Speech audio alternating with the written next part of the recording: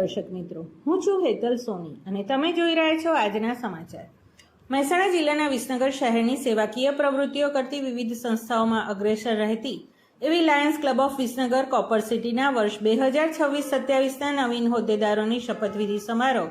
તારીખ 23/8/2026ને રવિવારના રોજ શહેરના ખેતીવાડી ઉત્પન્ન બજાર સમિતિના ભોજનાલયના હોલમાં યોજાયો હતો, જેમાં મુખ્ય મહેમાન તરીકે ગુજરાત રાજ્યના કેબિનેટ મંત્રી શ્રી ઋષિકેશભાઈ પટેલ ઉપસ્થિત રહ્યા હતા, જ્યારે અતિથિ વિશેષ તરીકે શ્રી રાજેશભાઈ કે પટેલ અને જાણીતા પ્રચાર સાપ્તાહિકના તંત્રી શ્રી શ્યામભાઈ બ્રહ્મભટ્ટની શપથવિધિ અધિકારી તરીકે past district governor Shri lion Manilal Patel અને guest of honour first vice district governor lion Shri Rameshbhai Patel અંબર હાજર રહ્યા હતા। આજના કાર્યક્રમનો શુભારંભ ઉપસ્થિત સૌ મહેમાનોના હસ્તે દીપ પ્રાગટ્ય કરીને કરવામાં આવ્યો હતો। સંસ્થાના પ્રમુખ શ્રી આશીષભાઈ કંસારાએ સૌ મહેમાનોનું સ્વાગત પ્રવચન દ્વારા સ્વાગત કર્યું હતું।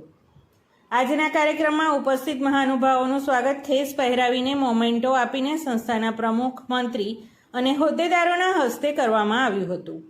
મંત્રી શ્રી વિપુલભાઈ પટેલે વર્ષ દરમિયાન કરવામાં આવેલી સેવાકીય પ્રવૃત્તિઓની માહિતી આપી હતી। આજના કાર્યક્રમમાં શહેરની વિવિધ સેવાકીય સંસ્થાઓ જેમાં ભારત વિકાસ પરિષદ, કોપર સિટી એસોસિએશન, જુદા જુદા સમાજના આગેવાનો, વેપારીઓ, ડોક્ટરો, વકીલો અને પાટીદાર સમાજના આગેવાનો પણ હાજર રહ્યા હતા। આજના કાર્યક્રમમાં ખાસ ઉપસ્થિત રહેલા શપથવિધિ અધિકારી શ્રી મણિભાઈએ નવા વર્ષના હોદ્દેદારોને પોતાની આગવી શૈલીમાં દરેકને પોતાની નૈતિક જવાબદારીઓ અને ફરજની માહિતી અને માર્ગદર્શન આપ્યું હતું, જ્યારે આજના કાર્યક્રમમાં ખાસ નવીન પ્રમુખ શ્રી રાજુભાઈ પટેલ ગાંધીને સૌ લાયન મિત્રો અને સંબંધીઓએ આગવી રીતે રજૂ કર્યા હતા, જેને સૌ ઉપસ્થિત મહાનુભાવોએ વધાવી લીધા હતા અને રાજુભાઈ પટેલની સાથે સાથે તેમની ધર્મપત્ની આશાબેનને પણ શપથવિધિ અધિકારીએ રમૂજ શૈલીમાં પ્રમુખ તરીકે શપથ ગ્રહણ કરાવ્યા હતા અને સાથે સાથે અન્ય 2 ક્લબના હોદ્દેદારોને પણ પોતાની જવાબદારી સોંપી હતી। આજના કાર્યક્રમમાં ઉપસ્થિત શ્રી રાજુભાઈ પટેલ આરકે અને શ્યામભાઈ બ્રહ્મભટ્ટે પણ પોતાના વિચારો રજૂ કર્યા હતા, જ્યારે નવીન પ્રમુખ શ્રી રાજુભાઈ પટેલે પણ પ્રસંગોચિત ઉદ્બોધન કર્યું હતું। આજના કાર્યક્રમનું સફળ સંચાલન લાયન વિમલભાઈ જાની અને કીર્તિભાઈ પટેલ દ્વારા કરવામાં આવ્યું હતું।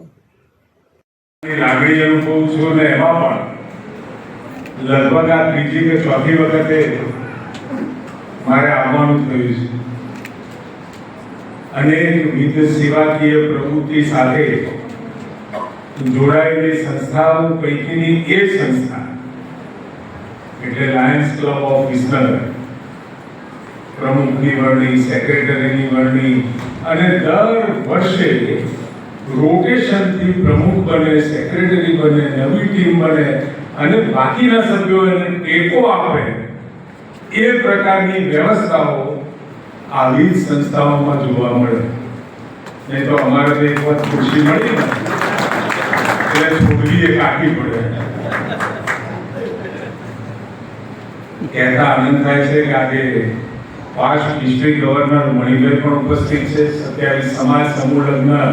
સમિતિના જેઓ ચેરમેન પણ છે, ફર્સ્ટ વાઇસ ડિસ્ટ્રિક્ટ આર્કીની પ્રેઝન્સ હોય જ, સરસ મજાનું મોડેલ એવું સ્મશાન ગૃહ, અંતિમ ધામ અને સાથે મારી પાસે આરોગ્ય વિભાગ પણ હતો, પરંતુ ખરા અર્થમાં કોઈ ટ્રસ્ટની બ્લડ બેંક સુંદરમાં સુંદર બનાવી હોય તો આપણા વિસનગરમાં બની ખૂબ મોટો ફાળો રહ્યો છે અને શ્યામભાઈનો તો કોણ નામ ઓળખે, આદરણીય સ્વર્ગસ્થ બચુ કાકા અને એના પછી એ જ પત્રકાર નિર્ભીકતાથી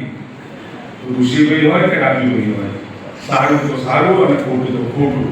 એમને જે લાગ્યું સારું ને ખોટું એ લખવામાં ક્યારેય કચાશ ન રાખે એવા માનનીય શ્યામભાઈ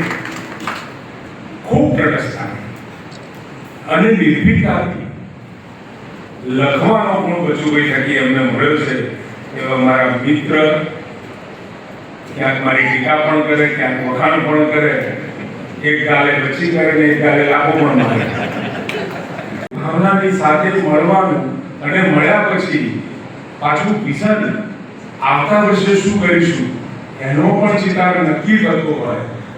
એટલે સ્વાભાવિક આખા વર્ષ દરમિયાન કરવાના કામો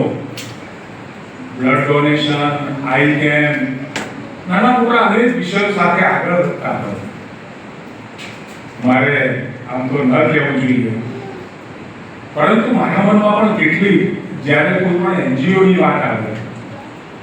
અને એનજીઓ ખૂબ દિલપૂર્વક કામ કરતું હોય